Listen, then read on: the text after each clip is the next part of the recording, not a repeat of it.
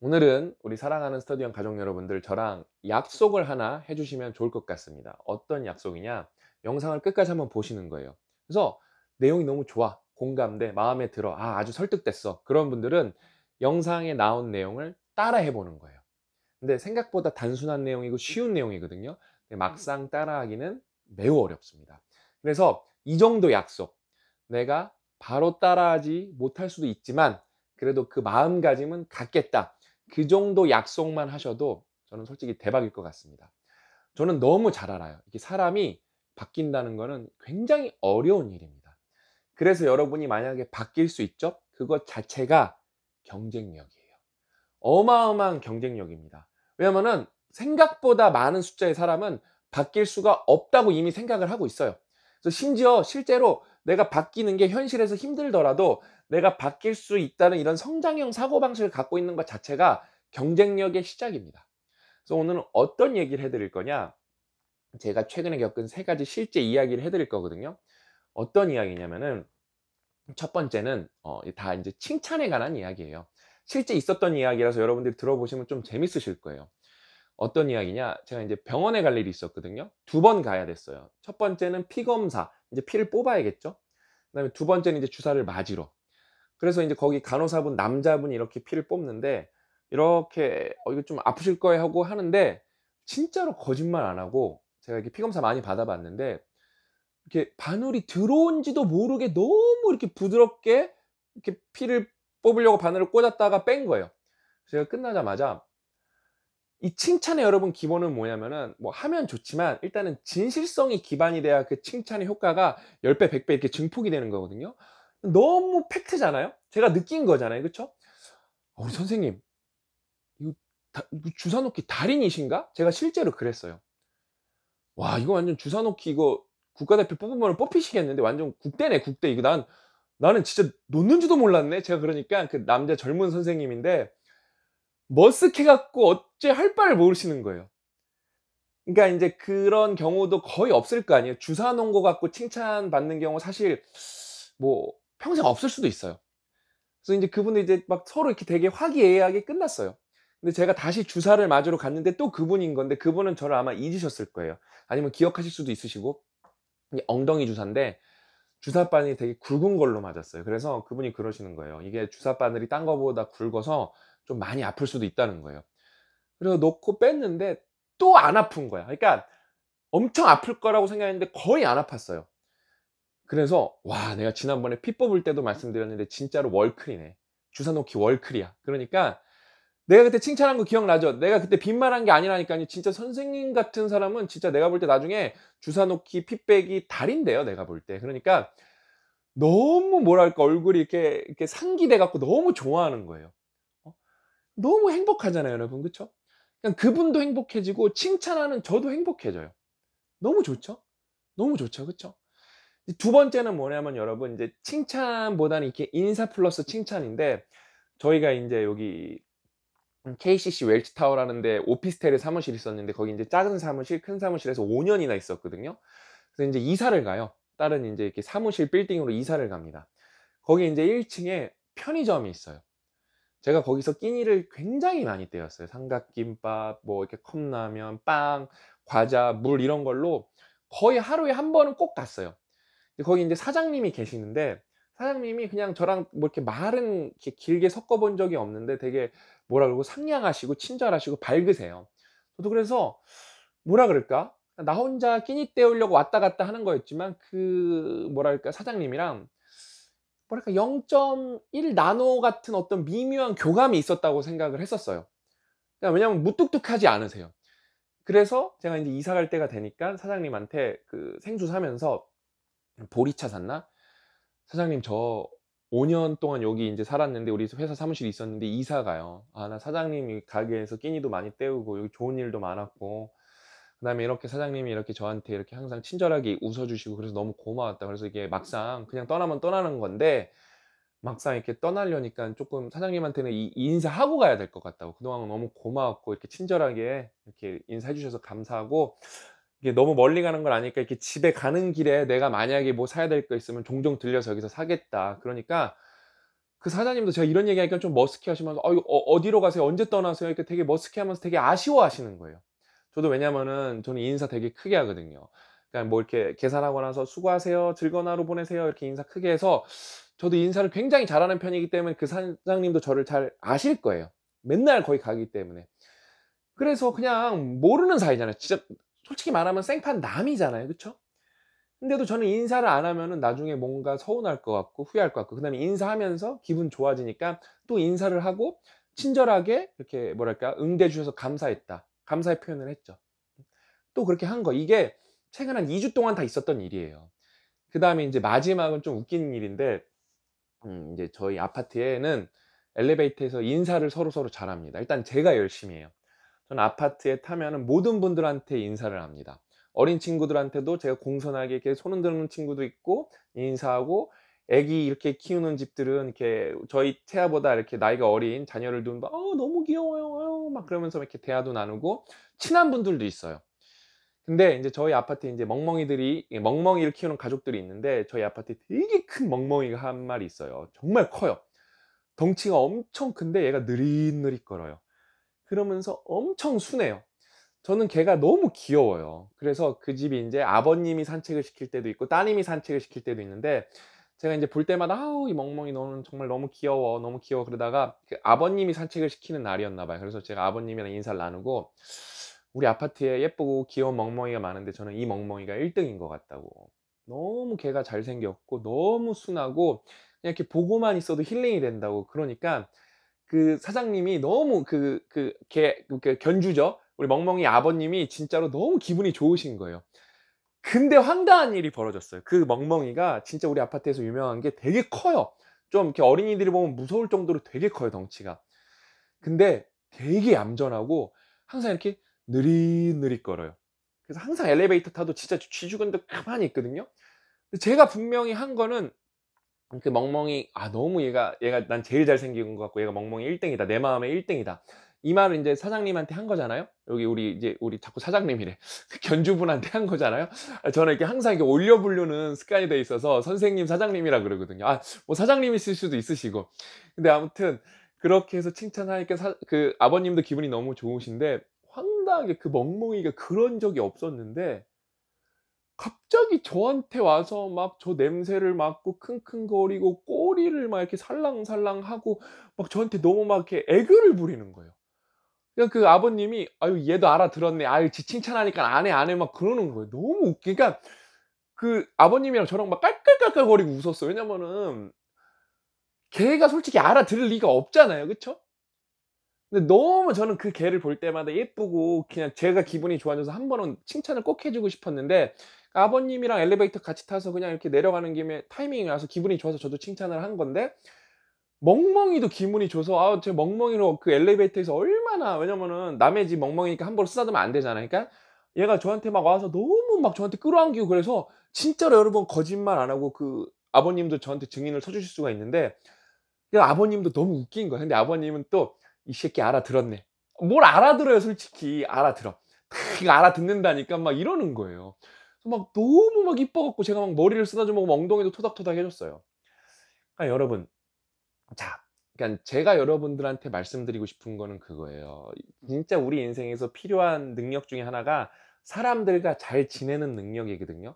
이 능력은 하나로 이렇게 국한되지 않고 여러 가지로 가지칠 수가 있죠. 저는 그 대표적인 게 바로 이렇게 칭찬하기라고 생각하고 감사 표현하기라고 생각합니다. 근데 여러분은 칭찬을 솔직히, 감사는 그러니까 뭐랄까 반자동으로 하는 이렇게 감사 표현을 하시는 분들이 많은데, 칭찬은 생각보다 어렵거든요. 왜?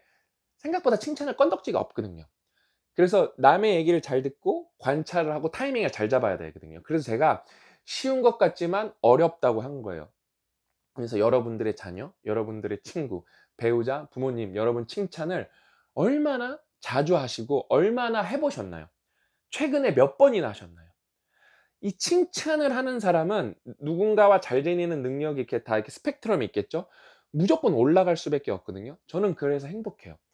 만약에 여러분 어떤 절대적인 존재가 저한테 와서, 신이 와서 두 가지 선물을 준비했는데 하나만 선택을 하라 그래요. 하나는 무려 10억 이고 하나는 모든 사람과 잘 지낼 수 있는 능력이에요. 저는 당연히 모든 사람과 잘 지낼 수 있는 능력을 선택할 겁니다. 이건 초능력이니까요.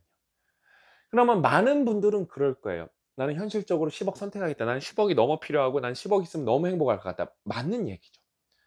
현실적으로 그 얘기도 틀린 얘기가 아니죠. 그런데 제가 여러분들한테 말씀드리고 싶은 건 그거예요. 자, 그런 일이 신이 와갖고 여러분들한테 10억과 이 모든 사람과 잘 지낼 수 있는 능력을 주는 기회가 있을까요? 없을까요? 없나요? 아니죠. 반만 있겠죠. 신은 우리한테 10억을 주진 않겠지만 신은 언제나 우리한테 내면에 다 심어놨거든요. 누군가 잘 지낼 수 있는 능력은 다 우리 내면 속에 있는 거예요. 그래서 이거를 이분법적으로 10억이 좋네, 초능력, 이 모든 사람과 잘 지낼 수 있는 능력이 좋네 싸울 게 아니라 우리는 모든 사람과 잘 지낼 수 있는 능력을 선택하기만 하면 되는 겁니다. 돈 좋죠. 그러면 여러분 전 세계에 아직도 수십억 명은 하루에 1,000원, 2,000원으로 살아가는 사람들이 굉장히 많거든요. 정말로 그 사람들은 하루하루가 그냥 빈곤 그 자체예요. 그 사람들이 우리나라로 오면은 그냥 그래서 말이 통해지면은 최저임금이 만약에 받으면은 1 년에 2천만 원 벌 수 있거든요. 빈곤에서는 바로 벗어날 수가 있거든요. 그러면 그런 사람들이 모두가 다 행복해질까요? 아닙니다. 돈 있으면 너무 좋죠. 어떻게? 불행을 막을 수 있고 내 시간을 아웃소싱할 수 있고 뭔가 불확실성에 대비할 수 있으니까. 그다음에 내가 하고 싶은 일을 조금 더 적극적으로 할 수 있으니까. 그쵸? 맞습니다. 그러니까 돈이라는 거는 있으면 굉장히 좋아요. 근데 돈이 있다고 해서 행복이 개런티 되는 건 아니에요. 제 주변에는 돈이 많지만 그렇게 행복하지 않은 분들이 생각보다 많습니다. 당연히 뭐 그냥 완전히 똑같은 조건이면은 돈이 많은 분들이 행복할 확률이 더 높겠죠. 왜냐면 선택의 폭이 넓어지니까. 그쵸? 그런데 여러분 돈 좋아요. 돈 좋아요. 뭐 돈을 저는 절대 부정하지 않고 저는 여러분이 돈도 많이 버셨으면 좋겠어요. 근데 이거는 따로따로 생각할 게 아니라는 거예요. 따로따로 생각할 게 아니라는 겁니다. 이런 어떤 우리의 태도, 마음에서 우러나올 수 있는 것들은 우리가 돈과 상관없이 언제든지 돈을 벌면서 뭔가 부를 추구하면서 병렬적으로 꺼낼 수 있는 건데 우리는 그걸 꺼내지 못하고 있어요. 그다음에 그런 거를 너무 못 해 봤고 그런 거에 너무 각박하기 때문에 상호작용이 없어 봤기 때문에 더 못 해요. 할 수 있는 능력이 있음에도 불구하고 못 해요. 이거는 심지어 여러분이 10억 있어도 또 써야 되는 능력이거든요. 그다음에 더 황당한 얘기 해 드릴까요? 이거를 잘 쓰면은 어떻죠? 10억을 벌 확률도 높아지는 거거든요. 근데 우리는 안 해요. 죽어도 안 해요. 칭찬을 안 해요. 저는 제일 행복해하는 게 뭐냐면은 직원 칭찬하는 거예요. 이렇게 관찰하고 있다가 그러니까 허투루 칭찬은 안 해요. 그러면 칭찬의 효과가 뭐 이렇게 반감되기 때문에 관찰을 하고 지켜보고 대화를 나누다가 이거는 누가 봐도 그러니까 뭐라 그럴까? 별거예요, 별거. 그냥 평범한 거예요. 근데 제가 볼 때는 생각보다 이게 평범한 게 아니에요. 왜냐면은 그러니까 사실 '별거 없네.'라는 게 보면은 뭔가 특별하지 않은 건데 그런 것 중에 하나가 여러분 대표적인 게 직업 윤리 의식이거든요. 직업 윤리 의식이 높다는 거는 사실 그거는 뭐 이렇게 직업 윤리 의식이 높으면은 회사의 분위기가 좋아지고 문화가 좋아지면서 회사 자체의 부가가치는 커질 수 있지만 직업 윤리 그 의식 자체가 돈은 아낄 수 있을 정도로 돈을 벌어다 주진 않거든요. 근데 저는 특히 어떤 리더의 위치에서 항상 칭찬하려는 게 성실한 거. 왜냐면은 사실 여러분 회사는 잘하는 게 장땡이에요. 성실하다고 해서 잘하는 건 아니거든요. 근데 저는 성실한 거, 꾸준한 거에 대해서는 항상 칭찬하려고 그래요. 왜? 그 칭찬을 하면 저도 기분이 좋고 그 칭찬받는 사람도 기분이 좋기 때문에 그다음에 꾸준하고 성실하고 직업 윤리의식이 높으면은 결국에는 뭔가를 잘 될 확률을 키우는 거기 때문에 그걸 계속 유지하고 더 할 수 있으면 더 잘하는 게 좋거든요. 그러니까 항상 여러분 이게 칭찬은 잃을 게 없는 전형적인 안티프레이즈라는 속성을 갖고 있는 거거든요. 근데 우리는 안 하죠.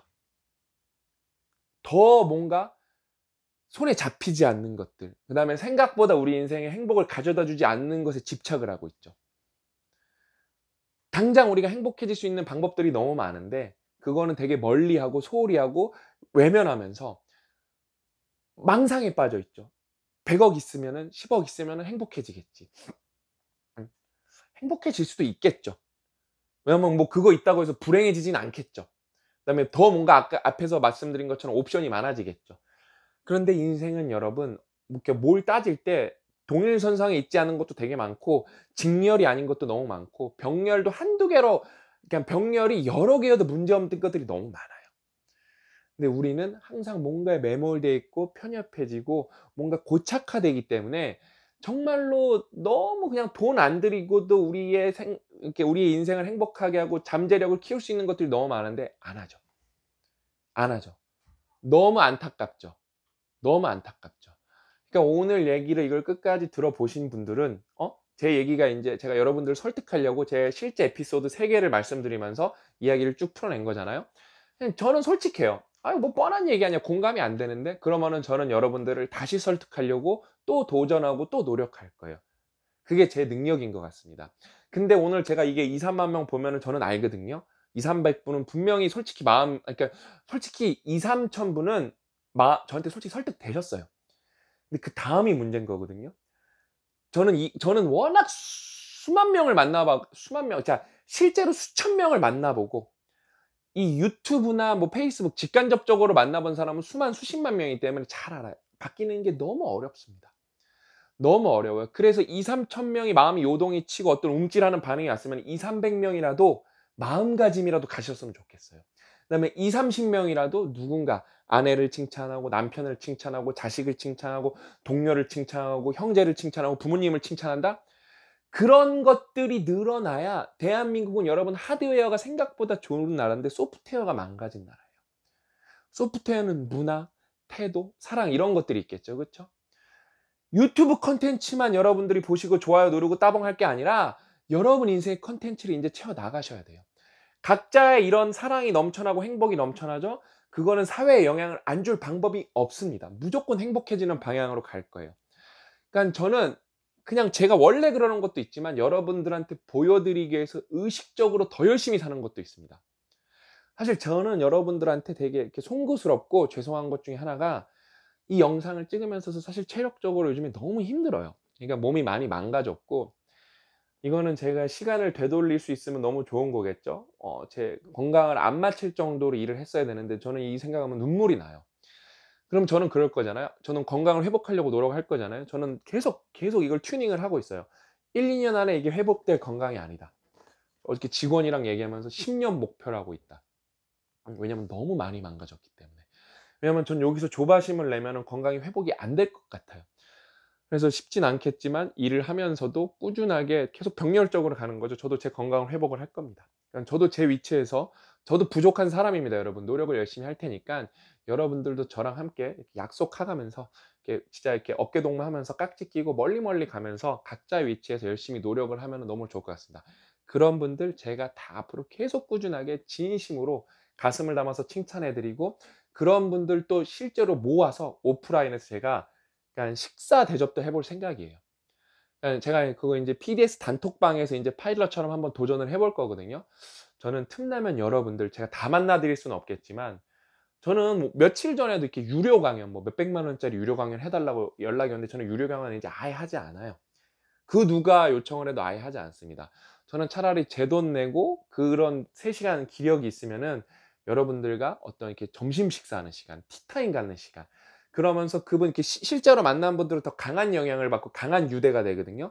그런 분들은 리더가 될 수 있게. 그러니까 제가 이렇게 뭐 만날 때 이렇게 선발하는 분들은 '이분이 발전 가능성이 있나? 그다음에 진짜 꾸준히 노력했나? 아니면 리더의 자질이 있나? 그러니까 뭔가 공동체를 생각하시나?' 이런 것들을 보죠. 왜냐면 저도 에너지를 선택과 집중해서 쏟는 거니까.